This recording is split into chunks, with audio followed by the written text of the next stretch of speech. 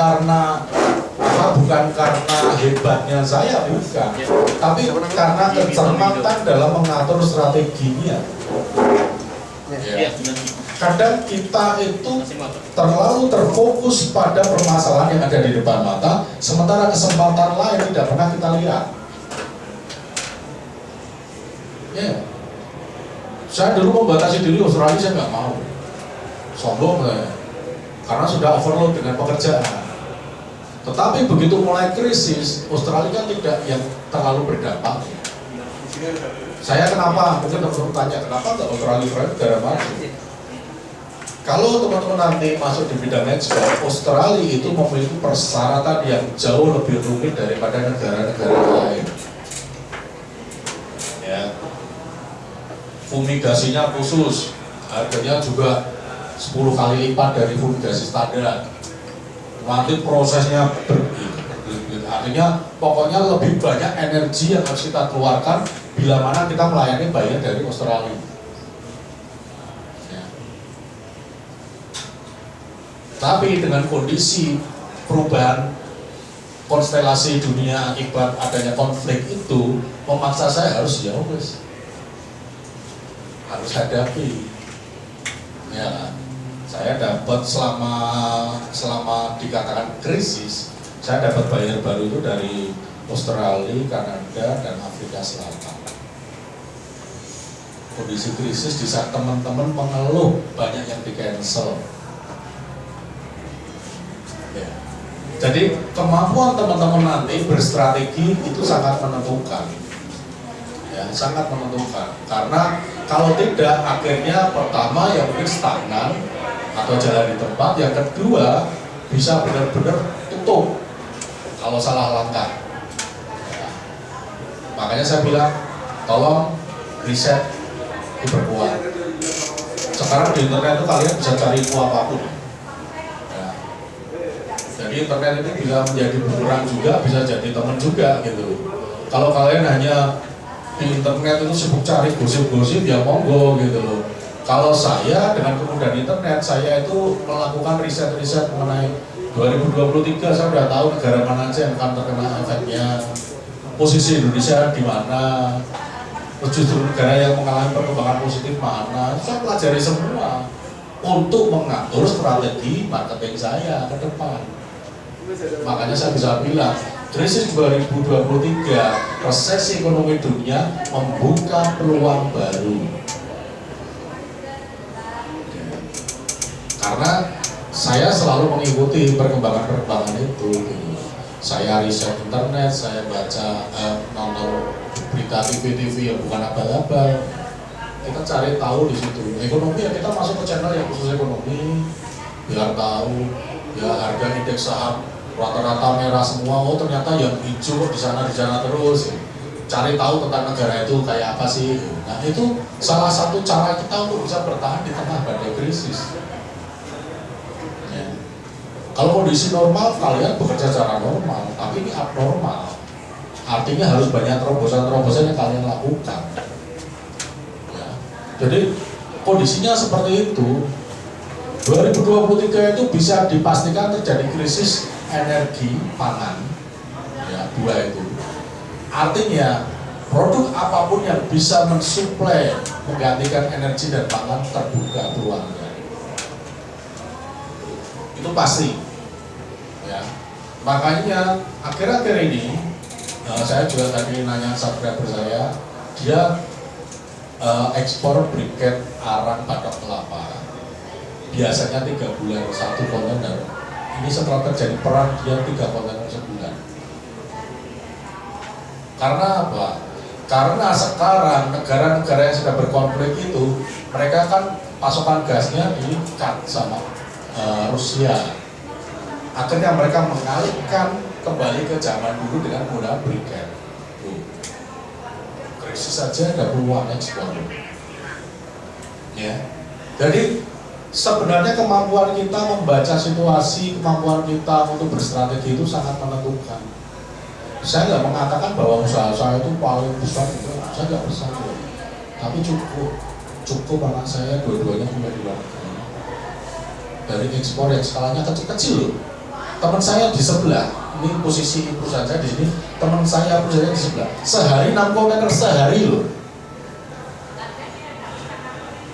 sehari 6 kontainer. Tapi begitu krisis teriaknya paling banter dia efeknya. Bayar lah.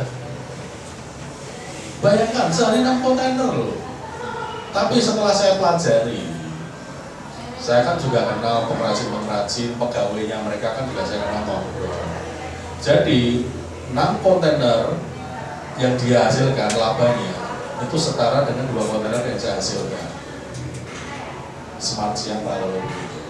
Kalian berkeringat 6 kali lebih kencang daripada saya. Nah, pilihan itu dari awal harus kita baca. Kadang bahkan pegawai saya ngobrol karena dapat info, Mas, di sana sehari 6 kontainer loh. Saya tawarkan, nggak, kamu mau boleh enggak?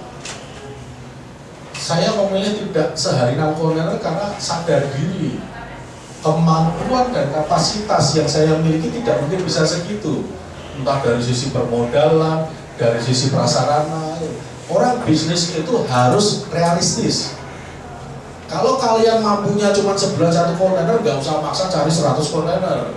Itu bunuh diri. Kenapa saya bisa bilang gitu?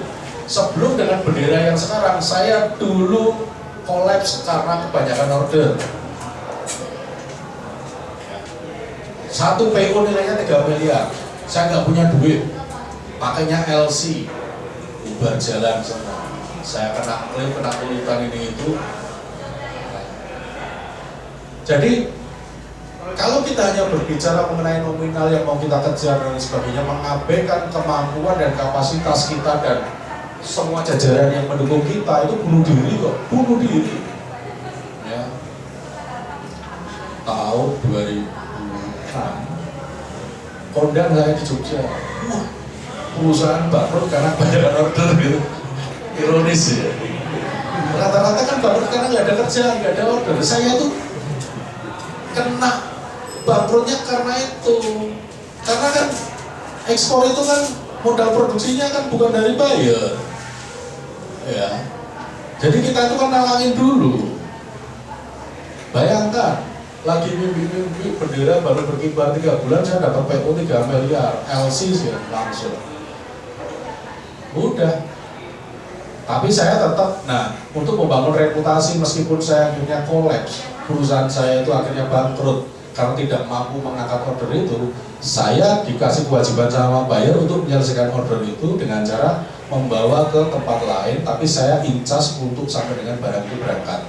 Saya tidak dapat apa-apa. Saya hanya proyek terima kasih.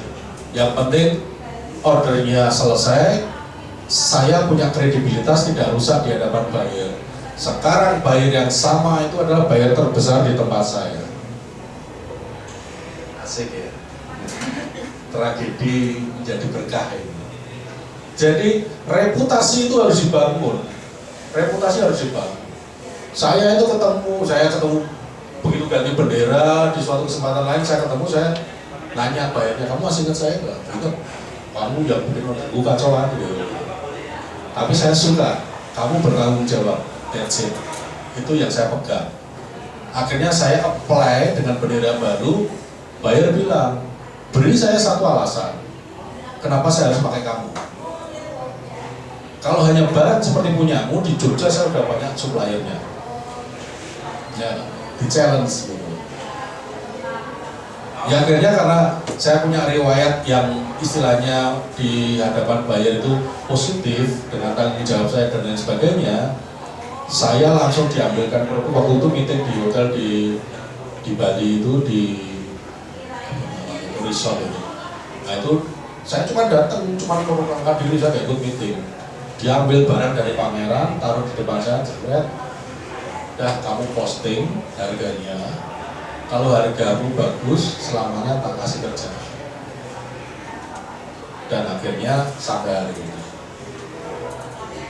hari ini masih berlangsung terus. Dia ngomong, selama kamu tidak bermasalah, kamu nggak usah takut, pekerjaan akan saya kasih terus. Itu yang tadi minta diskon, saya cerita itu. Ya, di tengah krisis dia masih menurunkan order meskipun diskon. Di tempat lain dia tidak menurunkan order. Jadi pemahaman strategi demikian yang mungkin harus teman-teman perkuat lagi. Ya, banyak riset, baca, jangan malas baca lah. Kalau gosip baca sampai melontrok, masuk ilmu ekspor kalian nggak mau baca. Dan itu sangat saya tadi saya juga istannya Bank Indonesia, jadi dia perusahaan teman saya itu udah besar, tapi jadi mitra binaan Bank Indonesia, kan aneh ya. Harusnya kan yang kecil-kecil gitu. Kenapa ya? Karena dia pengurus asosiasi gitu loh. Jadi yang menikmati fasilitas demikian rata-rata pengurus asosiasi. Itulah kenapa saya sampai hari ini tidak pernah mau gabung asosiasi. Karena saya tahu permainannya seperti apa. Mereka meskipun tidak semua ya, saya bilang oknum ya. Mereka bertarung untuk jadi pengurus asosiasi karena punya kepentingan, bukan pengabdian. Jadi kalau di setiap pameran seperti ini tadi saya datang dikira saya pameran enggak gitu. Saya cuma pengen lihat teman-teman aja gitu.